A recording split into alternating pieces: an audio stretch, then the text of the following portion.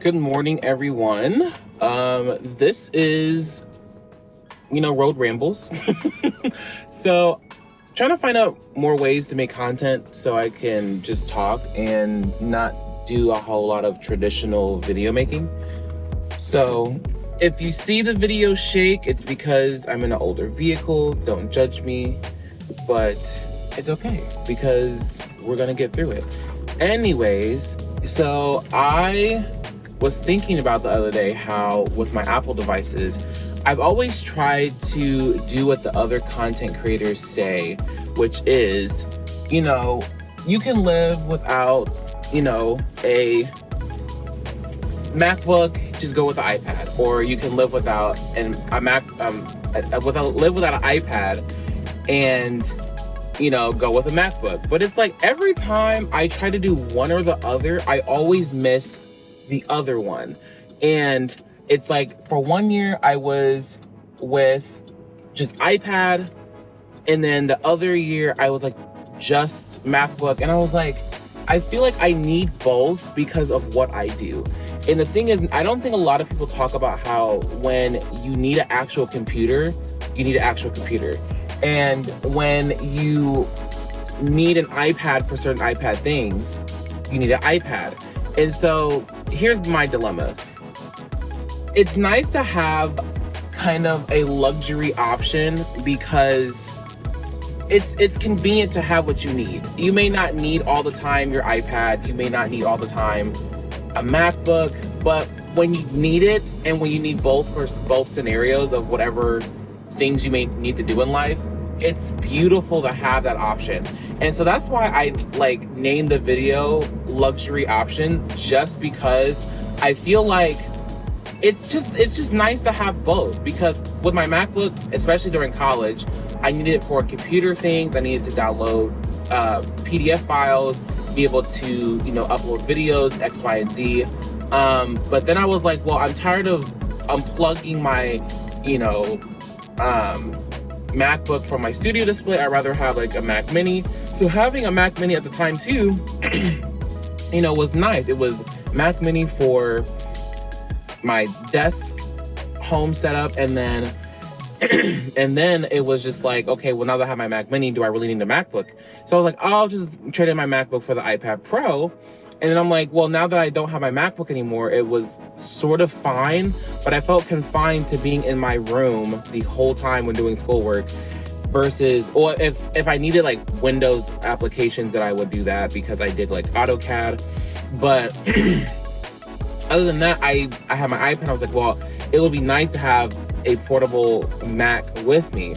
So then I was like, okay, I have my iPad, and then when I finally got my MacBook again, I was like, you know what? Let me get the MacBook Air.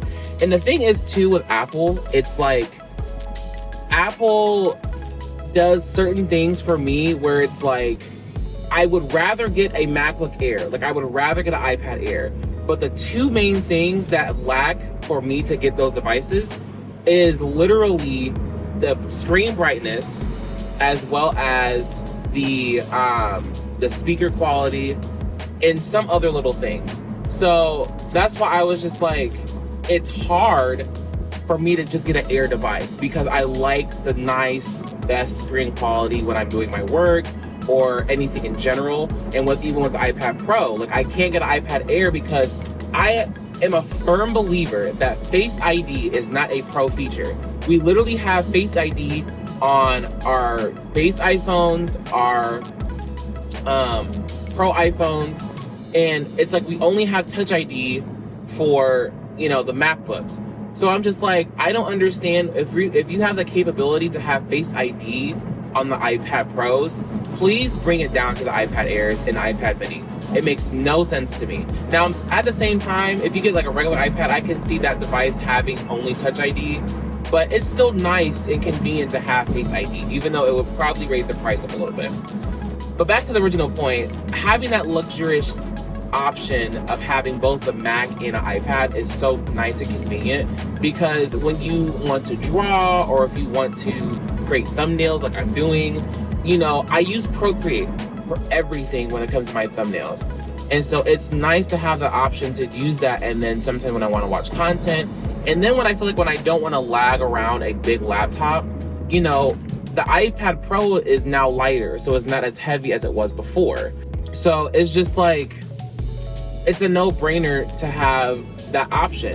And then when I need my MacBook when it comes to video editing and having it work better for Final Cut, I kind of prefer the Final Cut experience on a Mac. But at the same time, I do know that Final Cut is now on iPad Pro, which is nice, but it's not the same format as, you know, Final Cut Pro on Mac.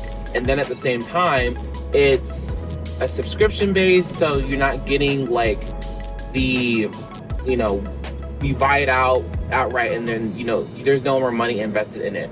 So I came to realize that you can technically, if you want more of a personalized experience when video editing, you know, to be able to write on the video and add animations, that sort of thing, then that's kind of better for that experience when it comes to iPad. But the reason why I don't use Final Cut Pro on iPad is just because I like the experience better. It's because I like the experience better on Mac. But I've been trying to come up with ways of how to incorporate Final Cut Pro on my iPad because it is a nice tool that I want to start using, which I kind of think I'll start doing my shorts on. So, because I've been wanting to do more shorts on my YouTube channel, but when I find it to be more easier to do that vertical content versus long form content on my iPad. So yeah, I feel like whenever it comes to decide on things in general on what you want to do, don't feel bad that you want both options. Or what I can say better is don't feel, you know, guilty or have buyer's guilt when getting an iPad and a Mac, because it's all about convenience on what you're trying to do. And so sometimes if you feel like taking notes, or if you're writing or journaling or whatever, and you feel like it's better experience in a technology sense on an iPad, then have the iPad. And then there's different versions of iPad. So iPad Pro, iPad Air, iPad Mini. So whatever you decide, get the iPad that you want. But then when it comes to choosing a Mac, like, get the MacBook Air, get the MacBook Pro, whatever you want to do, because at the end of the day, it's your choice on how you want to do things. So, like I said before, just have that option. It's okay to have that option. I plan on getting another MacBook. I want to wait until, when did they come out? October, I think, when they come out. I want to wait for the M5 chip to come out, so then I'll get the new MacBook Pro. Because I feel like for me, I've never needed the Mac Studio because I feel like how big it is. And when it comes to my Mac Mini, it's so compact and so powerful. And it's like, there's no need for me to try to get that much power for something that I don't need. So yeah, this is my ramble about the luxurious option between iPad and Mac. And I kind of want to be the bridge creator to be like, listen, like, it's still at the end of the day your choice to do this, but don't feel bad if you have both. Like, I felt like there was like, oh, I don't really need both, but I'm not using this one as much and I'm not using this device as much. And it's okay. There's going to be seasons in your life where you are going to be choosing one over the other. Sometimes you may feel like, oh, I want to use my iPad more, and use your iPad. And then there's some times where you may feel like, oh, I need my MacBook more, and that's completely fine. I mean, that's like saying, you know, which one do you need better sometimes? Is it, you know, the AirPods Pro or AirPods Max? Like, it's nice to have both, because for me, not all the time am I going to want something in my ears. I feel like my ears feel better when there's over-ear headphones, and I haven't found anything better necessarily per se that is better than AirPods Max in my personal opinion. But I did try some headphones that were open ear that were really, really good. It was the NWM One wireless headphones. I'll have a link in the description, and I'll show like the thumbnail in the video, so you guys can check that out. Yeah, they were super phenomenal. I love how the speakers were. It sounded really good, like just like AirPods Max. The only difference is you're not gonna get necessarily true active noise cancellation.